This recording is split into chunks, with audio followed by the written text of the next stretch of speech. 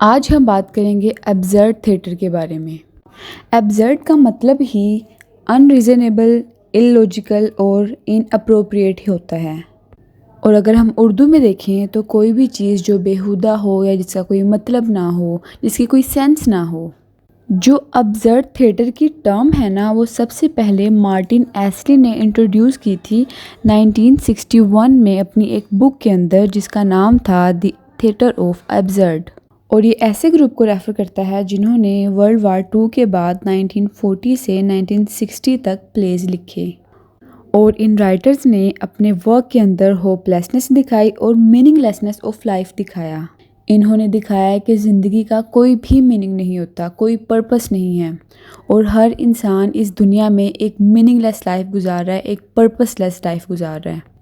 इससे पहले हम लोगों ने बहुत ज़्यादा प्लेस देखे हैं, बहुत ज़्यादा ड्रामास देखे हैं जिनके अंदर एक प्लॉट होता था, कुछ करैक्टर्स होते थे और कुछ लॉजिकल डायलॉग्स भी होते थे। लेकिन एब्सर्ड थिएटर इन सब चीज़ों को रिजेक्ट कर देता है। वो हर ट्रेडिशनल प्लॉट, करैक्टर और लॉजिकल डायलॉग्स को रिजेक्ट करता है और उससे टोटली ऑपोजिट जाता है। अगर मैं सिंपल वर्ड्स में कहूँ ना, तो एब्सर्ड थिएटर वो है जिसमें ना एक अच्छा प्लॉट होगा, ना ही सेंसिबल करैक्टर्स होंगे और ना ही लॉजिकल डायलॉग्स होंगे।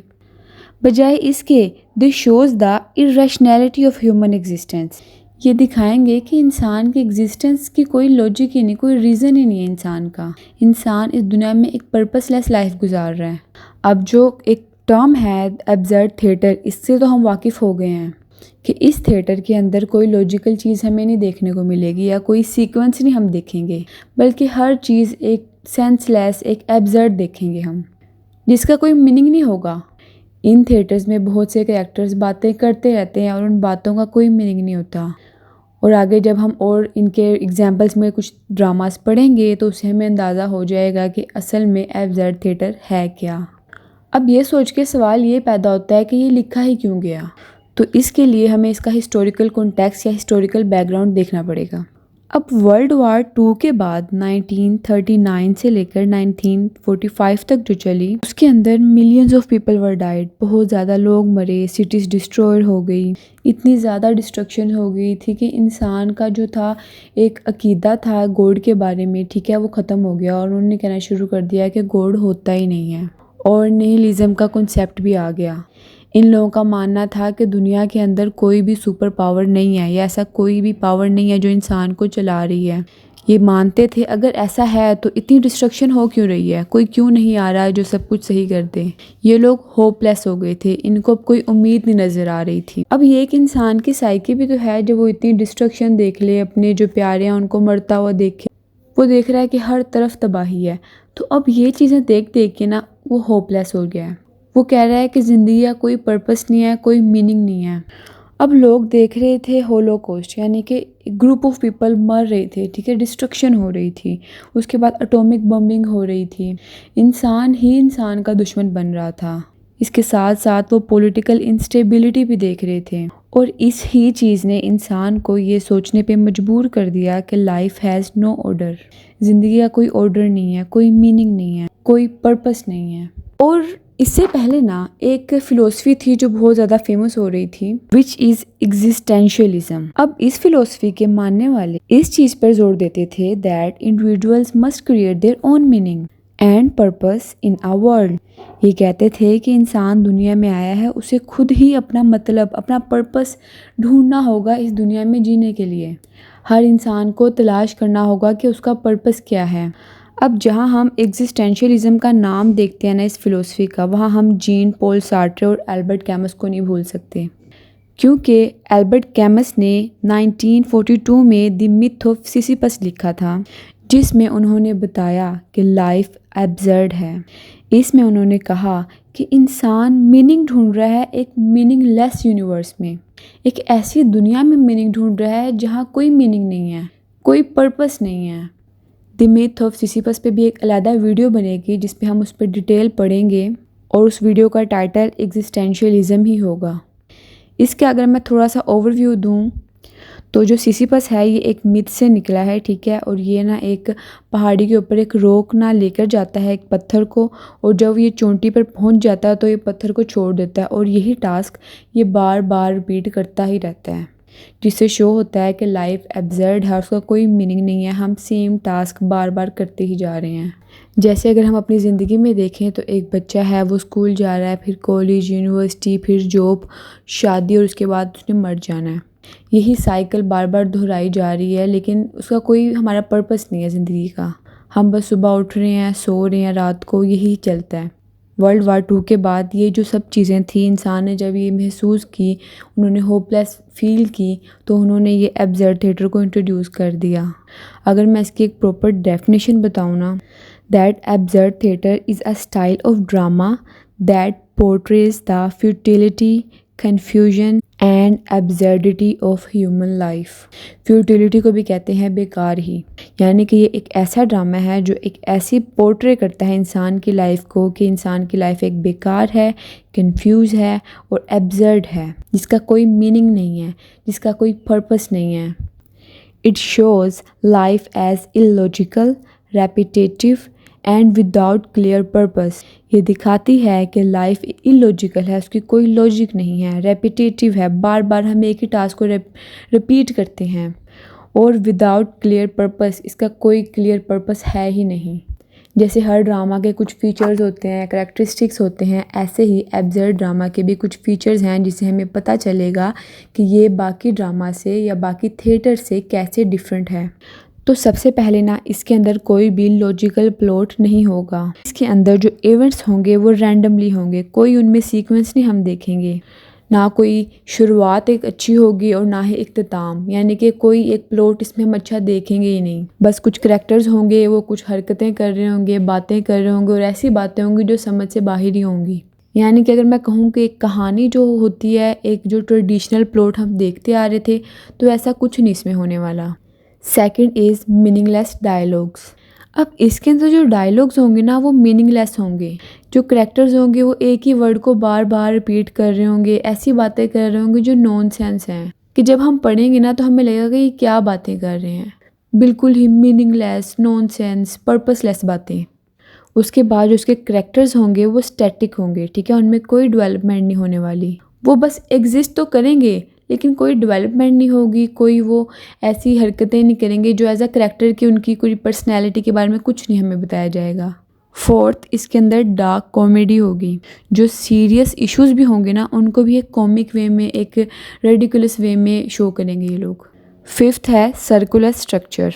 अब सर्कुलर स्ट्रक्चर यानी कि इसकी जो एंडिंग है और बिगिनिंग में ना ज़्यादा फ़र्क नहीं होगा, जैसे ही थिएटर की या ड्रामा की शुरुआत हुई थी वैसे ही एंड हो जाएगा, कोई कहानी नहीं होगी, कोई प्लॉट मूवी नहीं होगा, कोई इवेंट्स ही नहीं आएंगे। 6 साइलेंस एंड पॉजेस। हम इसके अंदर बहुत ज़्यादा साइलेंस भी देखेंगे, हम ऐसे देखेंगे कि करैक्टर्स हैं वो बस बैठे हुए हैं और वो बातें नहीं कर रहे, ठीक है, हम बहुत ज़्यादा पॉजेस भी देखेंगे, और ये जो लंबी लंबी साइलेंस होगी, खामोशी होगी ना, यही शो करेगी एम्प्टीनेस को, कि उनके पास कोई टॉपिक ही नहीं है बात करने को, वो इतने मायूस हो गए अपनी ज़िंदगियों से। And this is normal. जब वर्ल्ड वार 2 हुई, जितनी डिस्ट्रक्शन हुई, उन्होंने देखा अपने सामने ये सब कुछ, तो अब वो लोग ज़िंदगी से इतने मायूस हो गए हैं कि उन्हें क्या वो बात करें, कुछ रहा ही नहीं है उनकी ज़िंदगी में कुछ इतना एक्साइटेड या कुछ भी।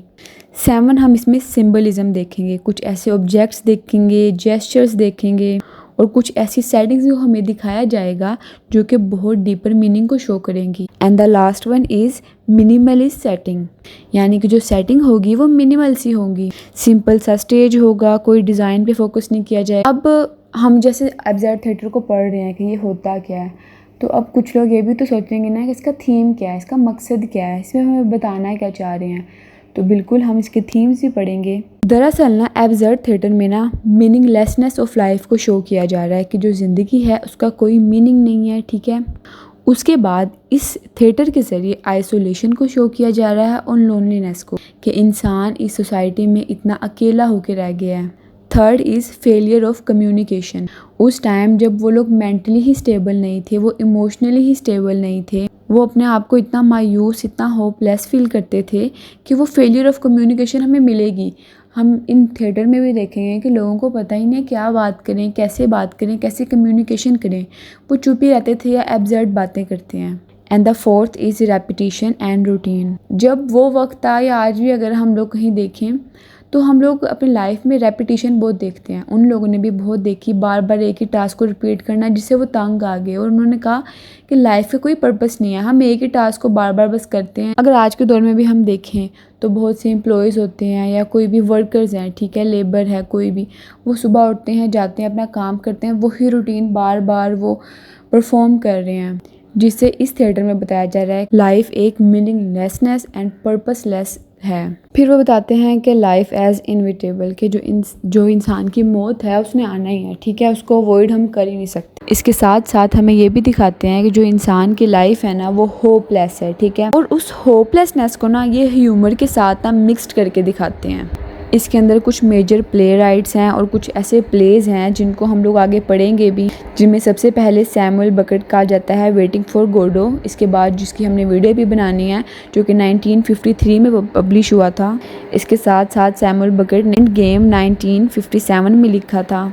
सेकंड नंबर पर लोनेस्को हैं। उसके बाद हैरोल्ड पिंटर जैसे ग्रेट ड्रामेटिस्ट और उनके वर्क बर्थडे पार्टी जैसे ड्रामास को भी देखेंगे। अगर मैं वेटिंग फॉर गोडो की बात करूँ ना as a example absurd theatre के लिए, तो उसमें हम देखेंगे कि दो आदमी हैं, ठीक है, एक व्लादिमीर है और एक स्ट्रैगन है, और ये दोनों ना एंडलेसली इंतज़ार कर रहे हैं एक ऐसे इंसान का जिसका नाम गोडो है, और वो जो गोडो है वो कभी भी नहीं आएगा, और उस पूरे प्ले में इंतज़ार करते रहेंगे बट ही नेवर अराइव्स। और ये जो प्ले है ये शो करता है ह्यूमैनिटी की एंडलेस वेटिंग फॉर मीनिंग। अब एब्सर्ड थिएटर पे ना कुछ क्रिटिसिज्म भी हुआ। जो क्रिटिसिज्म होता है ना वो इट कैन बी पॉजिटिव और नेगेटिव, ज़रूरी नहीं वो नेगेटिव में ही हो। तो ऐसे ही इस पे पॉजिटिव भी क्रिटिसिज्म हुआ है और नेगेटिव भी हुआ है।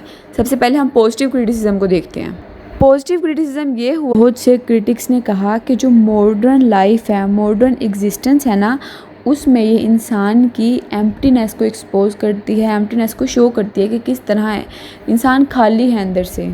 दूसरा क्रिटिसिज्म ये था कि वो कह रहे थे कि जो ट्रेडिशनल जो एक एलिमेंट्स हैं ड्रामा के, ठीक है, कि ऐसे ऐसे ड्रामा होगा, उसमें ये प्लॉट होना चाहिए, कैरेक्टर होना चाहिए, उसको ये अवॉइड कर देता है, छोड़ देता है, ये रिजेक्ट कर देता है कि जो ट्रेडिशनल थिएटर्स हैं, ठीक है, और एक न्यू स्टाइल पेश करता है दुनिया के सामने, एक न्यू स्टाइल से ड्रामा लिखते हैं। तीसरा क्रिटिसिज्म अच्छा ये था कि ये लोग कॉमेडी और ट्रेजेडी को कंबाइन करके एक यूनिक वे में रिप्रेजेंट करते हैं, लेकिन जहाँ अच्छा क्रिटिसिज्म हो तो वहाँ बुरा भी होगा। तो कुछ क्रिटिक्स ऐसे भी थे जो इसको नेगेटिव वे में क्रिटिसाइज जिन्होंने किया, वो कह रहे थे कि जो ये एब्सर्ड थिएटर है ये बहुत कंफ्यूजिंग है, ठीक है, इलॉजिकल है, और इसके साथ साथ डिप्रेसिंग भी है। देखो ना कि हम ऐसा एक ड्रामा पढ़ेंगे जिसमें कोई स्टोरी नहीं होगी, सिर्फ सब एब्सर्ड चीज़ें होने लग जाएंगी, तो ऑब्वियसली बोरिंग तो ये लगेगा, कंफ्यूजिंग भी लगेगा। दूसरा क्रिटिसिज्म ये था कि इसके अंदर लैक ऑफ प्रॉपर प्लॉट और मैसेज है, कोई अच्छा प्लॉट नहीं दिया जा रहा, कोई मैसेज नहीं दिया जा रहा। और कुछ क्रिटिक्स तो ऐसे थे जिन्होंने इसे एंटी थिएटर कह दिया कि ये थिएटर है ही नहीं, क्योंकि उनका मानना था कि थिएटर तो वो होगा ना जिसमें अच्छे कैरेक्टर्स होंगे, सेंसिबल कैरेक्टर्स होंगे, सेंसिबल और लॉजिकल डायलॉग्स होंगे, प्लॉट होगा, एक अच्छा सा स्टेज होगा। लेकिन जब इसमें कुछ था ही नहीं वैसा, तो उन्होंने कहा ये तो एंटी थिएटर है। अब दुनिया पर इसका क्या असर हुआ, इसका क्या इम्पैक्ट था एब्सर्ड थिएटर का? तो जैसे कि मॉडर्न दौर था, मॉडर्न ड्रामास वर्ल्ड वाइड लिखे जा रहे थे, तो मॉडर्न ड्रामा था ना वो इससे बहुत इंस्पायर हुआ। वो इंसान की साइकी पे, उसके जो ज़िंदगी पे फोकस करने लग गए। उन्होंने इस चीज़ को भी हाईलाइट करना शुरू कर दिया कि इंसान की जो ज़िंदगी है इतनी खूबसूरत नहीं है जैसे हम दिखा रहे हैं, बल्कि बहुत सी जो लाइफ हैं वो होपलेस हैं, मीनिंगलेस हैं। दूसरा इम्पैक्ट ये था कि कुछ राइटर्स थे वो जो ट्रेडिशनल की कुछ स्टोरी टेलिंग्स थी, एक मेथड्स जो थे, ठीक है, किस तरह वो स्टोरी सुनाते थे या दिखाते थे लोगों को, वो जो एक ट्रेडिशन से चल रहा था ना उसको क्वेश्चन करना शुरू कर दिया और चेंजेस लेके आने लग गए थिएटर में ये लोग। क्योंकि पहले क्या था, एक बंदे ने कर लिया, वो फेमस हो गया, फिर सब उसी को कॉपी कर रहे थे, सेम उसी वे में लिख रहे थे। लेकिन इसके बाद ना चेंजेस आने लग गई, हर इंसान अपनी तरह से लिखने लग गया, और इसी की वजह से 20th सेंचुरी में एक्सपेरिमेंटल ड्रामा को भी राइज मिला, जिसमें बहुत से राइटर्स ने अपने एक्सपेरिमेंट, अपने न्यू स्टाइल जो थे, उनके न्यू वे ऑफ थिएटर था, उसको इंट्रोड्यूस किया। अब मैं इसे अगर कंक्लूड करूँ तो जो एब्सर्ड थिएटर ना is not about entertaining with clear stories, but about making us feel the absurdity of life. ये सिर्फ इसमें कहानियाँ सुना के लोगों को एंटरटेन करना नहीं है, बल्कि हमें बताना है कि जो लाइफ है वो अब्सर्ड है। हमने अपनी लाइफ को एक मीनिंगलेस बना लिया है, एक पर्पसलेस बना लिया है। इसके साथ साथ ये भी दिखाता है कि जो लोग थे उन्होंने वॉर को जब एक्सपीरियंस किया तो उसके बाद जो ह्यूमन की कंडीशन क्या थी, यानी पोस्ट वॉर के बाद जो लोगों की कंडीशन क्या हो गई थी, उन्होंने इतनी डिस्ट्रक्शंस जो देख ली थी।